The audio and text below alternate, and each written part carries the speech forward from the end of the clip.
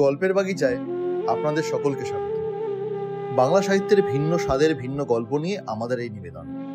এই সপ্তাহে আমাদের নিবেদন আশুতোষ মুখোপাধ্যায়ের দ্বীপ জেলে যাই। ভাষ্যপাঠে আমি অভিক, গল্প পাঠে রচনা এবং বিভিন্ন চরিত্রে অভিক, প্রিয়াঙ্কা, দেবমিতা, রচনা এবং অগ্নিশ। শব্দগ্রহণ এবং আবহে অগ্নিশ, প্রচার অলঙ্করণে অগ্নিশ। শুরু হচ্ছে আজকের গল্প, আশুতোষ মুখোপাধ্যায়ের দ্বীপ জেলে যাই।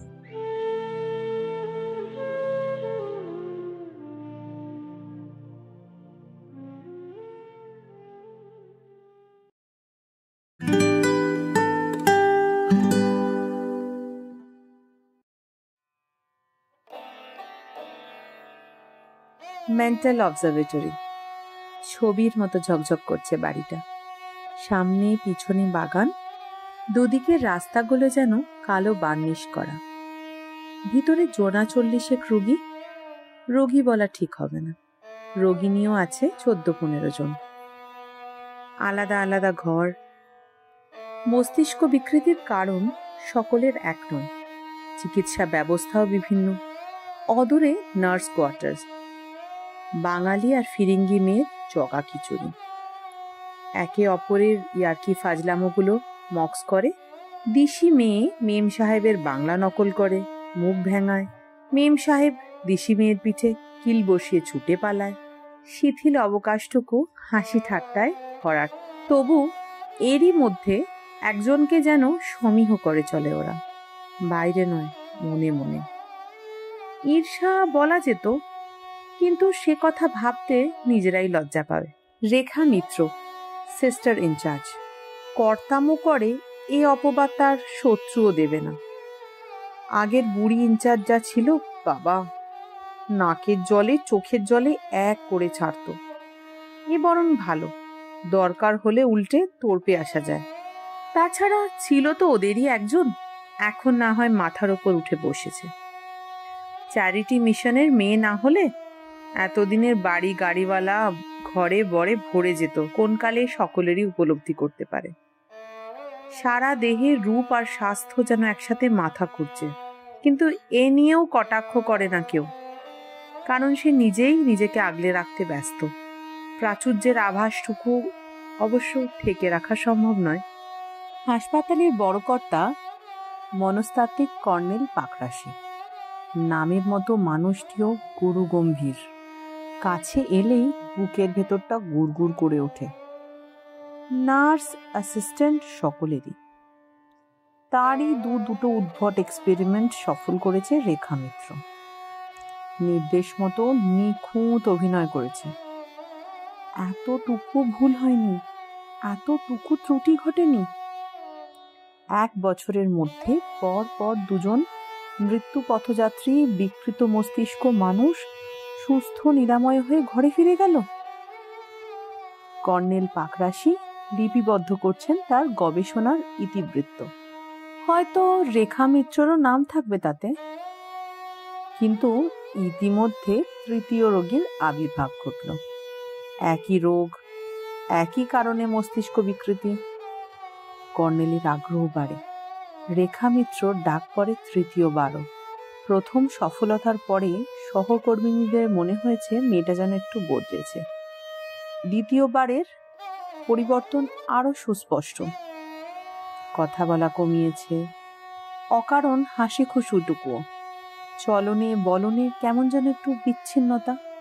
ফিরিঙ্গি মেয়েরা সকৌতুকে নিরীক্ষণ করে তাকে। স্বজাতীয়দের মধ্যে চাপা অসহিষ্ণুতা প্রকাশ করে ফেলে কেউ কেউ। যশস্বিনী হয়ে পড়েছেন, প্রশংসায় পঞ্চমুখ সকলে। মাটিতে পা পড়বে কেন? কর্তব্যবোধে। আর একজন হয়তো থামাতে চেষ্টা করে তাকে। এই শুনলে দেবেক্ষণ। শুনুক। কর্নেলের পকেট ঘড়ি হয়ে থাকলে অমন বরাত সকলেরই খুলত। যা, মেয়ের মতো মানুষ করেছে, কি আবল তাবল বকিস। বিরক্তি প্রকাশ করেছিল নার্স মহলের 2য় তারকা রীনা সরকার। শিক্ষা এবং রুচি জ্ঞান আছে। বুড়ি সিস্টার ইনচার্জের পর সেই হতে পারত সর্বের সর্বা। কিন্তু 2 বছর আগে কোথা থেকে হুট করে বদলি হয়ে এলেন কর্নেল। সঙ্গে এলো রেখা মিত্র। তার দিন গেল। এরই মুখ থেকে প্রতিবাদ শুনে পূর্বোক্ত শুশ্রূষাকারিণী চুপসে গেল যেন। প্রসঙ্গ অন্যদিকে ঘুরিয়ে দিল। সে কথা কে বলেছে? আমি বলছিলাম অমন জয় ঢাক বাজাবারও কোনো মানে হয় না। আসলে পুরুষগুলির সব ভেড়া মার্কা। রূপসীর মুখে দুটি নকল ভালোবাসার কথা শুনলেই গোলে জল হয়ে গেল। পাগল না হাতি? কিন্তু এও যে রাগের কথা সকলেই উপলব্ধি করতে পারে। দ্বিতীয় রোগীটির ভার কর্নেল প্রথমেই রীনা সরকারকেই দিয়েছিলেন। রেখা মিত্রর মতোই সুনাম অর্জনের আশায় প্রাণপণ চেষ্টা করেছে কর্নেলের নির্দেশ মতো মেনে চলার। অভিনয় এতটুকু ফাঁক বা ফাঁকি ছিল না তার, তবু পারল না। কর্নেল তাকে সরিয়ে রেখাকে নিয়ে এলেন আবার। এখনো ভেবে পায় না সেই মুমূর্ষু উন্মাদকেও সে কি করে 6 মাসের মধ্যে একটু একটু করে সম্পূর্ণ নীরব করে তুলল। দুর্নিবার কৌতূহলে ঠাট্টা ছলেই সে রেখাকে জিজ্ঞেস করেছিল, কি করে কি করলি রে? নিজের ঘরের চৌকাঠের কাছে চুপচাপ দাঁড়িয়েছিল রেখা মিত্র। প্রশ্ন শুনে তার চোখে চোখ রেখে নীরবে চেয়েছিল কিছুক্ষণ, পরে তেমনি হালকা জবাবই দিয়েছে। গলা জড়িয়ে ধরে বললাম, ভালোবাসি প্রিয়তম, আগের সব কথা ভুলো। রীনা হেসে ফেলেছিল। ভুললো? শব্দ করে হেসে উঠেছিল রেখা মিত্র। ভুললই তো। রীনার মনে হয়েছে ইচ্ছে করেই সে তার প্রশ্ন এড়িয়ে গেল। যশের ডালি ভবিষ্যতেও আর কাউকে ভাগ করে দিতে রাজি নয় বোধহয়। ভ্রু কুঁচকে বলল, তা এমন অভিনয় করিস যদি থিয়েটার বায়োস্কোপে ঢুকে পড়গে, যা না। হাসপাতালে পচে মরছিস কেন? পারি, হলিউড থেকে ডেকেও পাঠিয়েছে, কিন্তু আমি গেলে তো ছোট ডাক্তার হার্ট ফেল করবে, সেজন্যই যেতে পারছি না। হাসতে হাসতে মুখের ওপরেই দরজা বন্ধ করে দিয়েছিল। রীনা সরকার স্তব্ধ। ছোট ডাক্তার নিখিল গুহ।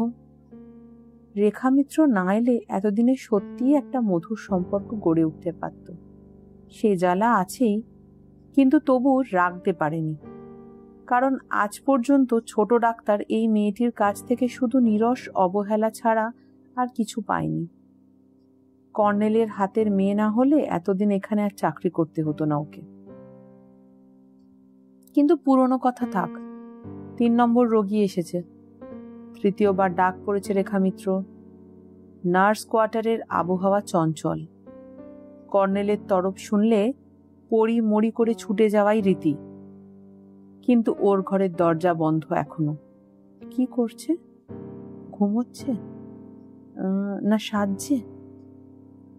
কিন্তু রেখা মিত্র কিছুই করছে না। শিথিল আলস্যে স্রেফ শুয়ে আছে কড়িকাঠের দিকে চেয়ে।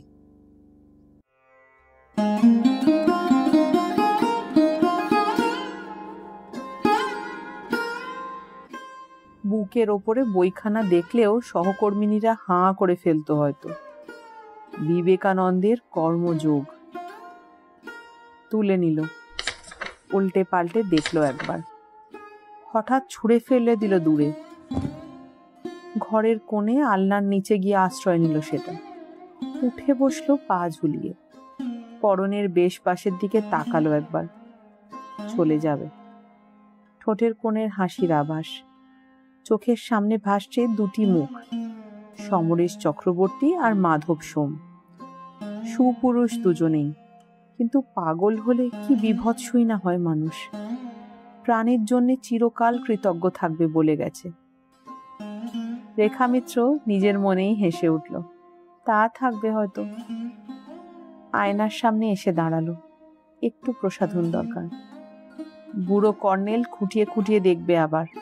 চোখ তো নয় যেন দুখানা এক্সরের কাঁচ। কিন্তু আয়নার দিকে চেয়ে আত্মবিস্মৃত তন্ময়তা নেমে এলো কেমন। চেয়েই আছে, দেখছে, কিন্তু কে দেখছে কাকে? কে রেখা মিত্র? ওই শুভশ্রী নারী মূর্তি? কি আছে ওতে? রক্ত, মাংস, নীল নীল কতগুলো শিরা উপশিরা। গা ঘিন ঘিন করে উঠল। তারপর শুকনো কঠিন কুৎসিত কঙ্কাল একটা। শিউরে উঠল আবারও। তাহলে কে দেখছে? আর বাকি থাকলো কি? দরজার গায়ে শব্দ হলো ঠক ঠক করে। বিষম চমকে উঠল সে। আবার বেয়ারা পাঠিয়েছে নিশ্চয়ই। দরজা না খুলে জবাব দিল, বলো গিয়ে, এক্ষুনি যাচ্ছি। বুড়ো দেবে দফা সেরে চটপট অ্যাপ্রন পরে নিয়ে হুডটা মাথায় চড়ালো। জুতো বদলাতে গিয়ে আলনার নিচে কর্মযোগের দুর্দশা দেখে জিভ কাটলো 3 আঙুল। তুলে নিয়ে ঝেড়ে ঝুড়ে একবার কপালে ছুঁয়ে ড্রয়ারে রেখে দিল বইখানা।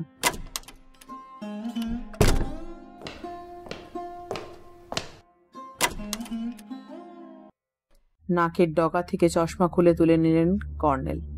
বসো। পেশেন্ট দেখেছো? রেখা ঘাড় নাড়ল। দেখিনি। How absurd. A third consecutive success will make you a Finnish actress, my dear. Same case, same treatment. কিন্তু একটু গন্ডগোল আছে। নাটক, নভেল কি সব লিখতো। You should be more alert. এমনিতেই আতপাগল সব লোক। দেখো, সি। কাগজগুলো নিয়ে রেখা চোখ বোলাতে লাগলো। এক অক্ষরও পড়ল না, কারণ এবারে আর রোগী ভালো হবে না সে জানে। আর কি বা হবে পড়ে? নিঃস্ব, রিক্ত, সর্বগ্রাসী শূন্যতার মাসুল দিচ্ছে সেই ইতিহাসই তো। তাকে নতুন করে রোগে ফেলতে হবে আবার। ভালোবাসার রোগ, যে নারীর অমোঘ স্মৃতি মানুষটাকে দেউলে করেছে, বিকল করেছে, তার মূল শুদ্ধ উপড়ে ফেলতে হবে। কিছুদিনের জন্য তার মানসপটে অধিষ্ঠাত্রিণী হবে রেখা মিত্র। এইটুকুই চিকিৎসা। তারপরে নতুন রোগ আর কাঁচা মোহ ছাড়াবার কলাকৌশল ভালোই জানেন মনোবিজ্ঞানী কর্নেল। ছদ্ম গাম্ভীর্যের আড়ালে রেখা হাসছে মনে মনে। বুড়োর সকল আশায় ছাই পড়বে এবার। কিন্তু রেখা মিত্রর সংকল্পে ছেদ পড়ল বোধ করি প্রথম দিনই। দোতলার কোণের দিকে ঘর, কান পেতেও কোনো সাড়া শব্দ পেল না। দরজা ঠেলে ভিতরে প্রবেশ করল। স্প্রিং বসানো দরজা আপনি আজরে যায় আবার। বাহুতে চোখ ঢেকে শুয়ে আছে লোকটি। আধ ময়লা, রোগা মুখে এক আধটা বসন্তের দাগ। সুশ্রী বলা চলে না কোনো রকমে। পায়ের শব্দে চোখের ওপর থেকে হাতটা সরালো সে। হাসলো একটু। নমস্কার, বেশ ভালোই আছি আমি। আগে দুজন রোগীর কাছে যাওয়াটাও নিরাপদ ছিল না প্রথম। চোখে চোখ রেখে রেখা দাঁড়িয়ে রইল চুপচাপ। সে আবার বলল, আপনাদের এই জায়গাটা ভালো, বেশ নিরিবিলি, কোনো অসুবিধা হচ্ছে না আমার। আচ্ছা, দরকার হলে খবর দেবক্ষণ। রেখা এগিয়ে এসে রোগীর চার্ট দেখে নিল, ঠিক ঘরে এসেছে কিনা। অমর দত্ত, ঠিকই আছে। রকিং চেয়ারটায় এসে বসল। আধ ঘন্টা কেটে গেল, টু শব্দটি নেই। স্থানুর মতো পড়ে আছে মানুষটা। তারপর এক সময় হাত সরে গেল আবার। সবিস্ময়ে তাকালো সে। কি আশ্চর্য, সেই থেকে বসে আছেন আপনি? মিথ্যে কষ্ট করছেন কেন? দরকার হলেই আমি ডাকবো, আপনি যান। বিস্মিত রেখাও কম হয়নি। আপনি ভাবছেন কি? অস্ফুট শব্দ করে হেসে উঠল সে। একটা লাইন কিছুতে মনে করতে পারছি না সেই থেকে। সব দিতে সব নিতে যে বাড়ালো কমন ডুলু, দুলোকে ভুলোকে। তারপর ভুলে গেছি রবি ঠাকুর চুরি করেছে। চুরি ঠিক নয়, আগে ভাগে লিখে বসে আছে, নইলে আমি লিখতুম। কিন্তু তার পরের কথাগুলো। নড়ে চড়ে সোজা হয়ে বসলো রেখা মিত্র। স্থির নেত্রে চেয়ে রইল। আপনার জানা আছে? নেই না? সুলেখা কিন্তু ফস করে বলে দিত। নামটা বলার সঙ্গে সঙ্গে যেন ইলেকট্রিক শক খেয়ে চমকে উঠল নিজেই। ভিউবল, ভীমুর, মাত্র কয়েক মুহূর্ত। কঠোর কঠিন কতগুলো রেখা সুস্পষ্ট হলো সারা মুখে। চোখে দৃষ্টি গেল বদলে, দুই চোখে আগুনের হলকা, ঝুঁকে এলো সামনের দিকে। আপনিও তো মেয়ে ছেলে। রেখা চেয়ার ছেড়ে এক পা অগ্রসর হতেই সে গর্জে উঠল আবার। দাঁড়ান ওখানে, আমি জানতে চাই আপনি মেয়ে ছেলে কিনা। রেখা ঘাড় নাড়ল। মেয়ে ছেলেই বটে। যান আমার সম্মুখ থেকে, আর কখনো আসবেন না।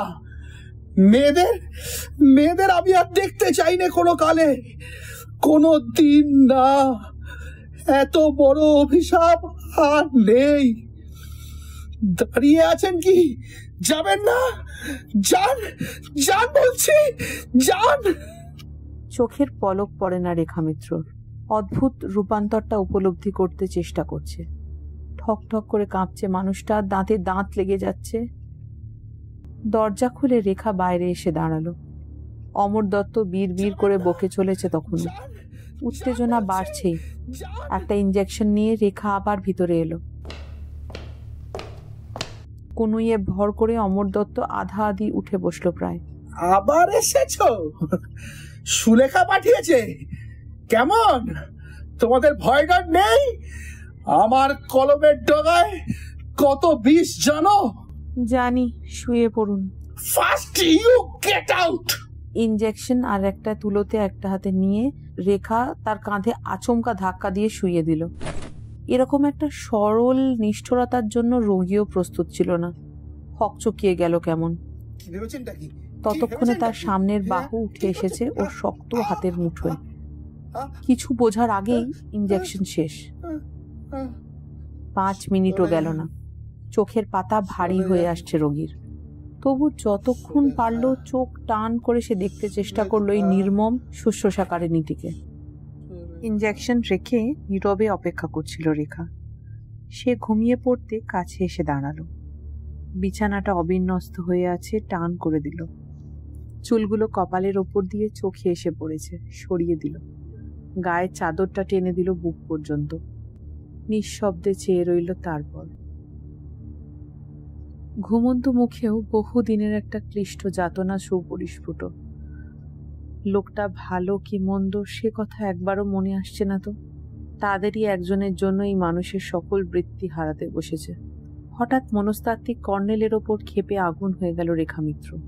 তার সকৌতুক কণ্ঠস্বর যেন গলানো শীষে ঢেলে দিতে লাগলো কানে। A third consecutive success. এরপরে 2-3 মাসের চিকিৎসা পর্বে নতুন করে বর্ণনার কিছু নেই। এক নারী স্মৃতি মনে এলেই অমর দত্ত চিৎকার চেঁচামেচি করে ওঠে তেমনি। জীবনের হাহাকারে জ্বলে পুড়ে খাক হয়ে যায়। রেখা কখনো ঘর ছেড়ে চলে যায় তার কথা মতো, কখনো বা ধমকে উল্টে ওঠে সুষ্ঠু অভিনেত্রীর মতো, কখনো বা প্রণয়িনীর আকুলতার কাছে এসে গায়ে মাথায় হাত বুলিয়ে দেয়। শেষের দিকে একটু পরিবর্তন যেন উপলব্ধি করতে পারে। তর্জন গর্জন তেমনিই আছে, কিন্তু বেশিক্ষণ সে অনুপস্থিত থাকলে অসহিষ্ণুতাও বাড়ে। এতক্ষণ কোথায় ছিলেন? বাইরে। কেন? আপনিই তো ঘর থেকে বার করে দিলেন। আপনি গেলেন কেন? রেখা হেসে ফেলে। আচ্ছা, যাব না, কিন্তু আবারও তাকে যেতে হয়, আবারও আসতে হয়। তবু রেখা বোঝে দিন বদলাবে, অনেক বদলাবে, কিন্তু বলে না কাউকে কিছু। নেলে নীরব প্রশ্ন এগিয়ে যায়, সহকর্মিনীদের কৌতূহল জানবার। বিশেষ করে রীনা সরকার ছাড়বার পাত্রী নয়। নতুন নাগরটি কেমন? ভালো, তবু নমুনাটা শুনি না একটু। মরকটের মতো। আছড়ে কামড়ে দেয়? দেয়নি, দিতে পারে। রীনা সরকার হেসে ওঠে। কিছু তো পোষ মানছে না বল। হেসে টিপ্পনি কাটে রেখা মিত্র। ছোট ডাক্তারকে নিয়ে পড়গে না, আমাকে নিয়ে কেন? মোর দত্ত ভালো হবে, এবারও এই বিধিলিপি। আরো 2 মাস পরের সেই বিশেষ মুহূর্তটির অপেক্ষা শুধু। রেখা রকিং চেয়ারে বসে হাসছে মৃদু মৃদু। অল্প অল্প ধুরছে চেয়ারটা। নির্নিমেষ নেত্রে তার দিকে চেয়ে চেয়ে কি যেন দেখছে। রেখা উঠে গায়ের অ্যাপ্রনটা খুলে চেয়ারের কাঁধে রাখল। মাথার হুডটা খোপার আধখানা পিঠের ওপর ভেঙে পড়ল। বসলো আবার। রকিং চেয়ার সদরে দুলে উঠল। কি হলো? গরম লাগছিল। হাসছেন যে? এমনি। এমনি কেউ হাসে? তাহলে আপনাকে দেখে? আমি তো কুৎসিত দেখতে। ছিলেন, এখন মোটামুটি মন্দ নয়।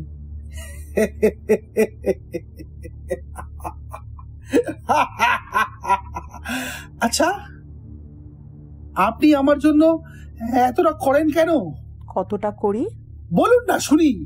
আপনি একজন এত বড় লেখক, আপনার জন্য করব না তো কার জন্য করব? কত লোক কত কিছু আশা করে আপনার কাছে। হঠাৎ যেন একটা ঝাঁকুনি খেল অমর দত্ত। সমস্ত রক্ত যেন উবে গেল মুখ থেকে। নিঃসার পাণ্ডুবর্ণ আর্ত কণ্ঠে বলে উঠল, এ তো সুলেখার কথা। সুলেখা বলতো, আমার মতো লেখক নেই, আমার জন্য সব পারা যায়, সব করা যায়। এরপর তারই মতো বলে বেড়াবেন তো আমি গরিব, খেতে পড়তে পাইনে ভালো করে, মুখে বসন্তের দাঁত, পাগল ছাগলের মতো লিখি যা মনে আসে, দুরাশা দেখে হাসি পায়। বলবেন তো, বলবেন তো। ধীর তীক্ষ্ণ দৃষ্টিতে নিরীক্ষণ করছিল রেখা। উঠে কাছে এলো। সুলেখা এসব বলেছে? হ্যাঁ হ্যাঁ হ্যাঁ বলেছে, সর্বত্র বলেছে, হেসে হেসে আটখানা হয়ে বলেছে। আপনিও বলবেন, হাত বাড়ালেই বলবেন। আবার সে কাঁপতে শুরু করেছে, মুখে দুঃসহ যাতনার চিহ্ন। কণ্ঠস্বর কান্নার মতো শোনায় এবার। আমি তো কোনো অপরাধ করিনি। বুকের ভেতরটা জ্বলে পুড়ে যেতে দেখলে আপনাদের এত আনন্দ হয় কেন? ভয়াবহ নিঃসঙ্গতায় হাড় পাঁজর শুদ্ধ যখন ভেঙে দুমড়ে একাকার হয়ে যায়, সে যাতনা বোঝেন? আকণ্ঠ পিপাসায় যখন। আর কথা বেরোলো না। বাহুতে মুখ ঢেকে ফেলল সে। রেখা আস্তে আস্তে হাতখানি সরিয়ে দিল আবার। এক পা মাটিতে রেখে শয্যায় ঠেস দিয়ে বসেছে। শুভ্র নিটোল দুই হাতে মুখখানা ঘুরিয়ে দিল নিজের দিকে। ঝুঁকে এলো আরো কাছে। 2-4 মুহূর্তে নিঃশব্দ দৃষ্টি বিনিময়। অমর দত্তর ঠোঁট দুটো আরো একবার থরথর করে কেঁপে উঠল শেষবারের মতো। তারপর এক বিস্মৃতি দায়িনী স্পর্শের মধ্যে নিবিড় করে আশ্রয় পেল তারা। এত কালের হাড় কাঁপানো হিমশীতল অনুভূতিটা যেন নিঃশেষে মিলিয়ে যাচ্ছে, উষ্ণ নরম তন্দ্রার মতো, ঘুমের মতো। ঘুমিয়েই পড়ল।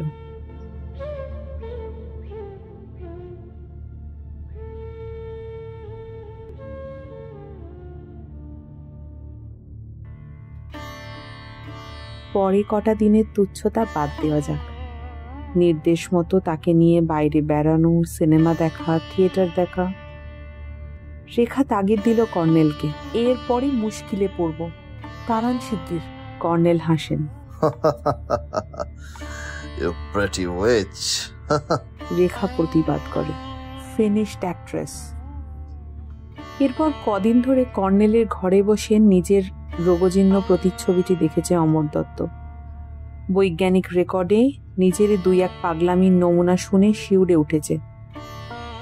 আগের 2জন রোগীকে কি করে ভালো করেছে রেখা মিত্র তাও শুনল। সবশেষে একই উপায়ে নিজের আরোগ্য লাভের ইতিবৃত্ত। নিপুণ মনোবিজ্ঞানীর পরামর্শ এবং সারগর্ভ উপদেশ শিরোধার্য করে গৃহ প্রত্যাবর্তনের উদ্যোগ করল যখন, তখন মনটাই শুধু ভারাক্রান্ত হয়ে আছে, ক্লান্তিকর বোঝার মতো। এছাড়া আর কোনো উপসর্গ নেই। রেখার প্রতীক্ষা করছিল, সে এলো। যাবার সময় হলো, এই জন্যই ডেকেছিলাম। আপনাকে চিরকাল মনে থাকবে আমার।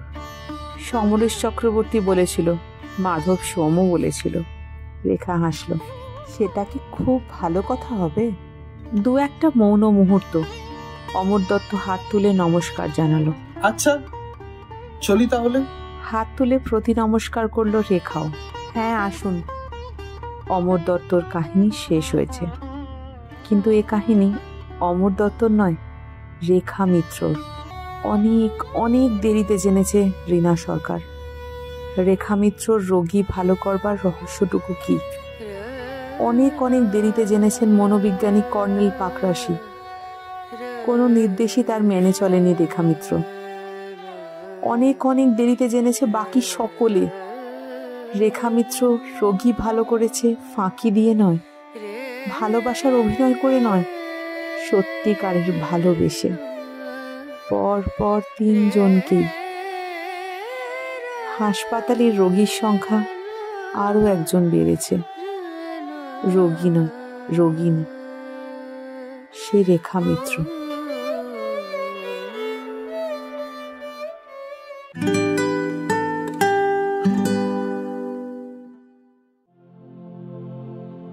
এতক্ষণ শুনলেন আশুতোষ মুখোপাধ্যায়ের লেখা দ্বীপ জেলে। ভাষ্য পাঠে ও কর্নেল পাকরাশির ভূমিকায় আমি অভিক। গল্প পাঠে এবং রেখা মিত্রের ভূমিকায় রচনা, রীনা সরকারের ভূমিকায় দেবমিতা, জনৈক নার্সের চরিত্রে প্রিয়াঙ্কা এবং অমর দত্ত চরিত্রে অগ্নিশ। শব্দগ্রহণ এবং আবহে অগ্নিশ, প্রচার অলঙ্করণে অগ্নিশ। আপনাদের সকলকে অনেক ধন্যবাদ আমাদের গল্পের বাগিচার পাশে থাকার জন্য। গল্প কেমন লাগলো আমাদের কমেন্ট করে দেবেন, আর আমাদের চ্যানেলটিকে সাবস্ক্রাইব করে দেবেন এবং বেল আইকনটি অন করে দেবেন, যাতে প্রতি সপ্তাহে নতুন গল্পগুলির নোটিফিকেশন আপনারা সবার আগে পেয়ে যান। ততদিন ভালো থাকবেন, সুস্থ থাকবেন, আর সকলকে ভালো রাখবেন। নমস্কার।